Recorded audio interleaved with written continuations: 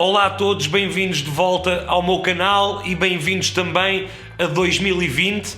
Eu peço imensa desculpa pela minha ausência de conteúdo aqui no canal, mas no final do ano passado surgiu uma data de trabalhos, eu não tive como recusar. Vocês sabem que fazer vídeos é o meu ganha-pão e não é propriamente a fazer vídeos para o YouTube que eu consigo sustentar a minha família, portanto tive que deixar a criação de conteúdos para aqui um pouco de parte.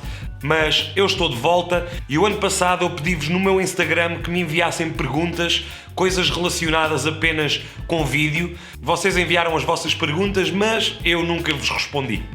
Portanto, o vídeo de hoje é uma coisa mais descontraída, também de forma a dar o pontapé de saída aqui no canal em 2020. Por isso eu vou responder a todas as vossas perguntas. Quer dizer, não vou responder bem a todas porque alguns de vocês fizeram mais do que uma pergunta e algumas dessas perguntas, embora sejam bastante interessantes, são tópicos muito bons e algumas dessas perguntas têm respostas tão complicadas que seria preciso apenas um vídeo dedicado a responder a essas questões. E sem mais demora, vamos ver as mensagens que me enviaram. Eu tive que fazer uns print screens para não me perder. Eu penso que tenho aqui as perguntas de todos e vamos começar pela primeira. Eu não preparei discurso nenhum, portanto eu vou estar a ler isto e vou tentar responder da forma mais breve possível. E já agora, bom ano. Esqueci-me de desejar bom ano a todos. Bom ano.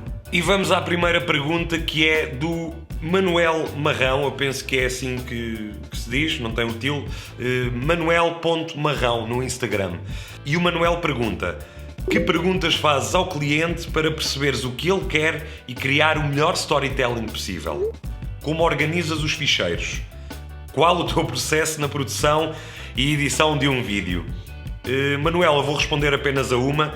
As outras duas perguntas sobre os ficheiros e o processo de produção e edição exigem respostas mais extensas. Eu precisaria de fazer, como tinha falado, um vídeo para te falar apenas disso e irei fazer no futuro. Mas respondendo à tua pergunta de como eu lido com os clientes para perceber que tipo de trabalho eles querem e fazer o melhor storytelling possível. A primeira coisa que eu pergunto aos clientes é sempre que tipo de vídeo é. Se vai ser um vídeo de reportagem de um evento, se será uma espécie de documentário, se será um videoclipe. As coisas mudam um bocadinho dependendo do tipo de vídeo que o cliente quer. Obviamente, seja qual for o tipo de vídeo, existe sempre um storytelling presente, mais que não seja, por exemplo, num evento, existe um princípio, um meio e um fim, e tu certamente quererás contar a história de forma a que as pessoas percebam, ok, isto é o início, as pessoas estão a chegar ao local, situar o local em que as pessoas estão. O meio da história será o que se está a passar dentro desse local e terá que haver um fim, mais que não seja alguém a sair da porta no final da festa e a dizer um adeus para a câmara, e aí sabes que tens um princípio, um meio e um fim. Isso é storytelling, estás a contar uma história. No que toca a coisas mais elaboradas, se o cliente quiser um videoclipe, eu claro que tenho que primeiro ouvir a música, perguntar se o cliente já tem ele próprio uma história contada e eu terei apenas que executar a ideia dele, ou se eu terei que criar um guião, criar uma história, e aí terei que ter algumas reuniões com o cliente e perceber se o meu caminho vai de encontro ao que ele idealizou ou se tem algo a ver com o tema da música. Se for um documentário, o próprio documentário é que dita o storytelling. Eu limito-me nessas circunstâncias a deixar fluir as coisas e basicamente vais registar todo esse processo quase de forma mais natural e depois então na edição vês a melhor forma de estruturar a história. Mas sinceramente, a maior parte dos trabalhos que eu faço e para os quais sou contratado, o storytelling tem sido muito básico, a não ser que seja algo mais criativo que me seja pedido, como por exemplo o vídeo que eu fiz para os Globos de Ouro, em que eu criei todo um conceito de a câmara ser uma mosca que andava a pairar pelos corredores e pelo backstage do Coliseu dos Recreios. À parte disso, são tudo coisas simples, como eventos, vídeos mais institucionais. Sinceramente, não tenho grande preparação a nível de storytelling para a maioria dos trabalhos. Tenho sim de perder depois algum tempo na edição para perceber a melhor forma de contar a história que eu captei de forma natural. A próxima pergunta vem do ruisilva.photography. Que bases fundamentais para iniciar nesta área? Grande abraço. Grande abraço de volta para ti, Rui. Que bases são fundamentais? A base fundamental para começar nesta área é a vontade de querer fazer isto. Tens que ter a certeza que é mesmo isto que tu queres, ok? Eu no futuro quero trabalhar em vídeo, é isto que eu adoro fazer e é aqui que eu me quero focar. Essa é a base mais fundamental de todas. Depois, claro, precisas ter as ferramentas, precisas ter uma máquina minimamente com uma qualidade aceitável, que hoje em dia quase todas são. Tens que ter em conta que tens que ter a capacidade de perceber as limitações que essa máquina te oferece. Eu vou estar a mentir se disser que não vais ter clientes que te vão querer apenas pelo material que tu vais apresentar lá no dia, porque isso acontece e muito. Mas como estava a dizer, precisas da vontade de querer aprender, precisas de uma máquina básica para começares a criar vídeos e depois para te poderes inserir na área vais ter que criar conteúdo. Vais precisar de ter alguma coisa que as pessoas possam ver, quer seja online ou numa pen que depois vais enviar para empresas ou para amigos, para divulgar um pouco o teu trabalho, sendo que hoje em dia a melhor forma de começar a pôr o teu nome a circular é criar conteúdo e colocá-lo online. Estamos todos ligados à internet, portanto essa será a forma mais fácil e talvez a mais rápida de tu conseguires chegar até mais gente. As pessoas só te vão contratar sem ver alguma coisa feita por ti com uma grande recomendação e se estiveres a começar, muito dificilmente isso irá acontecer, ok? E esta pergunta vem de um senhor chamado Nuno Agonia. Eu acho que já toda a gente ouviu falar no Nuno Agonia. Ele é dono do maior canal de tecnologia em Portugal. Eu adoro ver os vídeos do Nuno. E ele fez uma pergunta que é: porquê Sony? Quais os pontos fortes da Sony para ti? Aquele abraço virtual. Um abraço virtual de volta a ti, Nuno. Porquê que eu escolhi a Sony? Eu, quando comecei a trabalhar em vídeo, comecei a trabalhar com Canon. Na altura, aí há uns 10 anos atrás, eu comprei uma Canon XL2, que era um charuto deste tamanho e com um sensor do tamanho desta unha. As coisas mudaram muito desde então. Eu, depois dessa Canon XL2, passei para as máquinas DSLR. Foi quando veio o grande boom das câmaras fotográficas a fazerem vídeo em full frame e comprei uma Canon 5D Mark II. Foi uma loucura nessa altura e depois, passado 2 ou 3 anos, eu precisava de mudar para algo melhor. A Canon na altura não tinha ainda nenhuma máquina DSLR mais especializada, mais indicada apenas para vídeo, a não ser as máquinas de topo, tipo a C300, a C500, e entretanto a Sony apareceu com a Sony A7S, que era a rainha da baixa luz. E foi exatamente o fator de ISOs altos que a câmara conseguia suportar sem ter grande grão na imagem que me fez mudar da Canon para a Sony. Eu filmava e ainda filmo muitos casamentos e não gosto de usar luz artificial, apenas quando é mesmo necessário. E por isso não foi a capacidade destas máquinas de filmar em ISOs altos que me fez mudar da Canon para a Sony. Um abraço, Nuno, obrigado pela pergunta e eu fico à espera do nosso almoço, hein? Não está esquecido. E a próxima pergunta é do Tiago JS Freitas. Tiago, um grande abraço aí para a Madeira. Eu conheci o Tiago quando fui fazer o meu vídeo sobre a Madeira. O Tiago escreveu-me aqui um texto ainda grande, mas ele quer saber que material é essencial para começar a fazer vídeos, tipo kit base. Eu já disse aqui algumas vezes no canal que não precisam de ter todo o equipamento do mundo para começarem a trabalhar nesta área. É possível sim começar a trabalhar com poucas coisas. A base será sempre uma máquina, aquela que tu chegarás à conclusão de qual será a melhor para comprares com o orçamento que tu tens. Tem em conta que uma câmara full frame tem vantagens, portanto eu aconselho uma câmara que filme a full frame. Vais precisar pelo menos de um microfone, mais que não seja para daqueles que colocas por cima da câmara para captar ambiente. Eu tenho aqui por cima um da Rode, que foi cerca de 150 euros, mais ou menos. Tens algumas opções de marca branca mais baratas, que rondam uns 50, 60 euros. Eu também tenho um desses e faço trabalhos com ele. E vais precisar de pelo menos uma luz, algo como isto aqui, por exemplo. Uma luz básica, isto também deves encontrar por 50 ou 60 euros em N sites.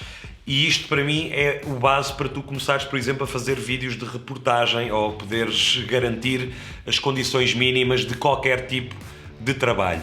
Agora temos aqui uma pergunta do Gonçalo Veiga Filmes. Olá, Gonçalo. Questão para vídeo, amigo. Melhores lentes para ambientes fechados, discotecas, etc. E outra pergunta. O que valoriza no sound design? Som ambiente ou sound effects MP3? Ok, Gonçalo. Na questão das lentes para discotecas ou bares, ou presumo que seja para eventos como filmar DJs ou filmar bandas ou algo deste género. Normalmente as discotecas são sítios mais escuros, com pouca luz, e a primeira coisa que eu sugiro para esse caso é que compres lentes rápidas, que tenham a abertura, por exemplo, a 1.8 ou a 1.4, ou no mínimo dos mínimos que abra a 2.8. E depois acho que precisas de uma lente angular, uma 16mm ou uma 24mm e uma 50mm. Assim consegues ter planos angulares que mostrem todo o ambiente da discoteca, e com a 50mm consegues também ter planos mais detalhados, mais fechados na pessoa, no DJ, e essas duas lentes vão complementar-se muito uma com a outra. E Gonçalo, respondendo à questão do som ambiente ou sound effects, depende muito do que estás a fazer. Por exemplo, se for um casamento, vais querer captar o som ambiente real, pelo menos de algumas partes do casamento, o que não te impede, por exemplo, nas partes mais cinemáticas, usares o som, sei lá, de passarinhos, de o vento a bater nas árvores, sem ser som captado por ti. Em 90% dos vídeos em que eu incluo sound design, o som é todo de fontes externas, não foram captados por mim. Aliás, eu fiz um vídeo agora a falar precisamente onde eu vou buscar os sons para o meu sound design na Epidemic Sound. E a próxima pergunta é do Nuno FPV. A minha dúvida é tão grande e complicada para mim que nem sei bem como a formular, diz Nuno. Mas, enfim, o preço do teu trabalho nunca foi o mesmo, deduzo eu. Quando começaste, como é que chegaste a uma tabela padrão para o teu trabalho? E como foi a evolução desses mesmos preços? Esta é uma boa pergunta, Nuno. Eu vejo muita gente a fazer trabalhos ao desbarato, trabalhar por 30 euros, 50 euros. Malta, isso não é nada, muito sinceramente. Mesmo que estejam a começar e acham que ninguém vos vai pagar mais que isso, malta, isso não é nada. Isso é o dinheiro que gastas a carregar as baterias, do combustível que pões no carro para ir até ao local de trabalho. E se passares um recibo, então fica tudo retido. Eu comecei a ter uma ideia de noção de preços porque eu comecei logo a trabalhar, há 10 anos atrás, comecei a trabalhar para a revista Caras, fazia parte do departamento de multimédia. E eu sabia que os fotógrafos tinham uma tabela de preços que eles se guiavam uns com os outros para nenhum deles estar a fazer valores mais baixos que aqueles.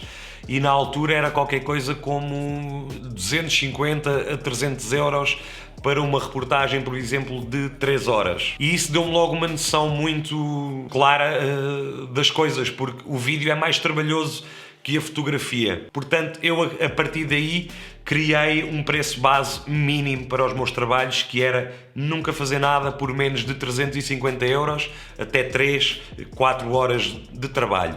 Claro que depende muito, e dizes bem, os valores nunca são os mesmos. Se for um videoclipe, é uma coisa que vai ser muito mais trabalhosa, não é? Sobretudo se estiveres a fazer isso sozinho, vais ter que fazer vários takes da banda a tocar, takes individuais, takes gerais. Se houver uma história a juntar a isso, terá que haver possivelmente outro dia de filmagens. E trata-se de um videoclipe que te vai dar o triplo do trabalho numa edição. Portanto, os preços deste preço mínimo base que eu fiz dos 350 para um videoclipe, a diferença vai ser brutalíssima. O valor mínimo, por exemplo, para um videoclipe ronda aos 2.500, 3.000 euros. Isto são os valores que eu cobro para fazer sozinho o trabalho. Não uma produtora, não com uma equipa, teria que ser muito mais. E como foi a evolução desses mesmos preços? Os preços mudaram muito. Por exemplo, eu na área dos casamentos, há 10 anos, eu filmava casamentos por 500 euros e eu fazia um vídeo de 40 minutos por 500 euros. As coisas mudaram muito desde aí. Eu na altura filmava com uma Canon XL2, hoje em dia filmo com uma Sony que faz 4K, que faz slow motion, que me dá uma qualidade do caraças, e os preços vão mudando consoante a evolução que eu vou tendo como filmmaker.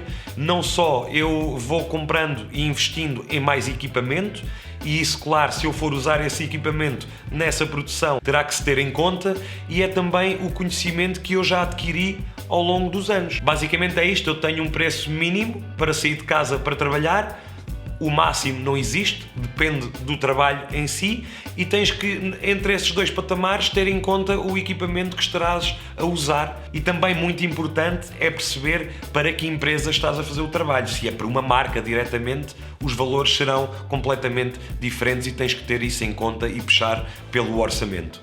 Eu espero que tenha ajudado. Vamos à próxima. A próxima é do Henrique MS Ribeiro. Dicas para ganhar visibilidade na área e abranger um maior número de clientes. Isto depende de caso para caso. Se tu fores uma pessoa que já trabalha na área e tens alguns colegas que trabalham há mais tempo, tu podes ganhar visibilidade na área se esses teus amigos forem redirecionando clientes para ti, trabalhos que eles não podem fazer e ligam-te: oh Henrique, tenho aqui um trabalho que eu não posso fazer, tu queres fazer? E tu vais fazendo esses trabalhos e vais conquistando mais clientes, não roubando o trabalho aos teus colegas, mas vais tendo mais portfólio e isso faz-te chegar até mais clientes. Portanto, se não tiveres amigos que já trabalhem na área e que te possam ir passando trabalhos, porque funciona muito o boca a boca, o palavra passa palavra, acho que essa é a forma mais eficaz de publicidade nesta área, neste nicho, e em Portugal é um nicho muito pequeno. A outra forma que tens de ganhar visibilidade é fazer o que eu fiz e o que eu faço, que é criar conteúdo, pôr online, divulgar, partilhar, fazer coisas. Tens que estar constantemente a fazer coisas e a colocá-las online, ou ninguém as vai ver, ou ninguém as vai descobrir e ninguém vai saber que tu fazes esse tipo de serviço. Próxima pergunta vem de Só para Filmes, acho que é assim que se diz, Só para Filmes. Câmaras, lentes, luzes, gimbal, sliders. Foi um investimento teu ao longo do tempo ou trabalhas com algumas marcas que te apoiam e suportam nesse custo? Costumas alugar algum equipamento? Respondendo já ao aluguer do equipamento, não, eu não alugo equipamento nenhum. No máximo poderei emprestar uma coisa ou outra a algum amigo, mas não é algo que eu gosto de fazer. Depois, a nível de câmaras, luzes, isso tudo, nada aconteceu de um momento para o outro. Eu não investi neste equipamento todo da noite para o dia. Drones, luzes, câmaras, eu tenho cerca de 3 câmaras, microfones, computadores, sliders, gruas, nada disto foi da noite para o dia. Eu levei 10 anos a acumular todo este equipamento que tenho e o único patrocínio, não era bem um patrocínio, é uma parceria que eu fiz com uma marca portuguesa de sliders que é a Red Rig. Eu só uso os sliders deles. Eu comprei o primeiro slider da marca, depois entrei em contacto com eles são muito simpáticos e acessíveis e começamos a trabalhar juntos e fizemos uma parceria que funcionava do tipo, eles enviavam protótipos de sliders, eu não só testava como fazia um pequeno vídeo promocional para eles poderem partilhar nas páginas deles e davam-me o feedback.